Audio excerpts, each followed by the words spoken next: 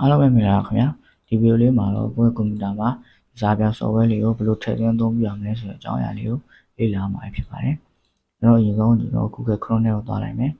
ပြီးရတယ်ကျွန်တော်တို့ ZAPYA စာပြလို့ရလိုက်တာနဲ့ကျွန်တော်စာပြ download ဆိုတဲ့ဒီ Google suggestion လေးကိုကျွန်တော်တွေ့ရမှာပေါ့နော်အဲ့ဒီထဲကိုကျွန်တော်တို့နှိပ်ဝင်လိုက်မယ်ပြီးရတယ်ကျွန်တော်စာပြ download ဆိုတဲ့ဒီစာပြရဲ့ official website ထဲကိုကျွန်တော်ဝင်လိုက်မယ်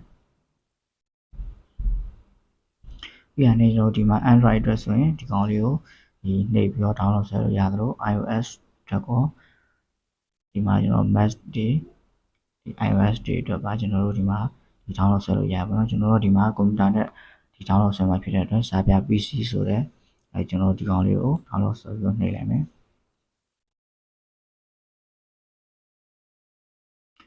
အမှဆိုရင်ကျွန်တော်တို့ download စာဆွဲလို့ရပြီ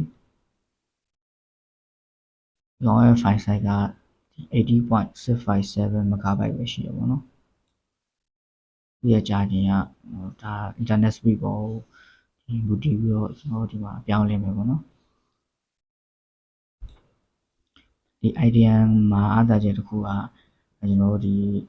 ကျွန်တော် download ဆွဲနေရင်မီးပြတ်သွားတာဖြစ်ဖြစ် wifi ပြတ်သွားပဲဖြစ်ဖြစ် connection အောက်သွားပြီဆိုရင်ကျွန်တော်တို့ဒီမှာဒီရောက်တဲ့နေရာကနေပြီးတော့ကျွန်တော်အစပြန် down လို့ရပါတော့အစပြန် down စရာမလိုဘူးရောက်တဲ့နေရာကနေပြီးကျွန်တော်တို့ဆက် down လို့ရပါတော့Western ဒီ capability ဆိုပြီးတော့ကျွန်တော်တို့ဒီပြန် down လို့ရတယ်ရောက်တဲ့နေရာကနေဒီကောင်းမှာအားသာချက်ကအဲ့ဒါလေးကအားသာချက်တစ်ခုပေါ့နော်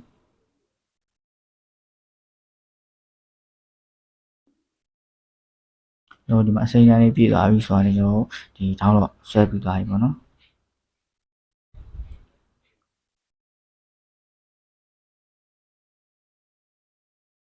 ကျွန်တော်ဒီမှာဒီ open folder ဆိုပြီးတော့ကျွန်တော်ဒီ software လေးရဲ့နေရာကိုသွားမယ်ပြီးရတဲ့ကျွန်တော်တို့ဒီ double click နှိပ်ပြီးတော့ software လေးကိုကျွန်တော် run နိုင်မယ်ဒီမှာဆိုရင်တော့ကျွန်တော်တို့ဒီ software လေးကိုကျွန်တော်နှိပ်နဲ့ကျွန်တော်တို့ဒီ install လုပ်မယ်မနှိပ်ပြီးရတဲ့ကျွန်တော်တို့ဒီ accept ပြီး next ပြီး next ပြီး next အဲ့ပြီးတော့ဒီမှာကျွန်တော်ဒီ shortcut ထားမှာပေါ့နော်ကျွန်တော် desktop ပေါ်မှာဒီလိုမျိုးဒီ software လိုမျိုးကျွန်တော်တို့ဒီ error တွေကိုဒီသုံးလို့ရအောင် shortcut ထားမလားဆိုပြီးတော့ကျွန်တော်တို့မေးရပါတော့ကျွန်တော် shortcut ထားမယ်ဆိုရင်ကျွန်တော်တို့ဒီအမှန်ချင်းပဲ shortcut မထားဘူးဆိုရင်ကျွန်တော်တို့ဒီတိုင်းဒီအမှန်ချင်းလေးကိုဖြုတ်ပြီးတော့ကျွန်တော် next ကိုနှိပ်မယ်ပေါ့နော်ကျွန်တော်ဒီမှာ shortcut ထားလိုက်မယ်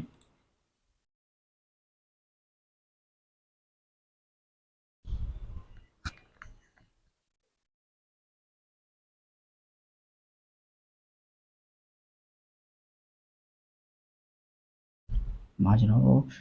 install ဆိုပြီးတော့နှိပ်လိုက်မယ်ဒါဆိုတော့ကျွန်တော်တို့ရဲ့ဒီကွန်ပျူတာမှာစာပြ software တွေကိုဒီထည့်သွင်းသုံးကြမယ်လို့ကျွန်တော်ထင်ပါတယ်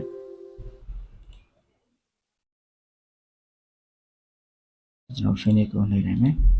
သူရဲ့ website တွေကိုကျွန်တော်သွားရပါတော့ဒီမှာကျွန်တော်တို့ဒီမှာသူကဒီ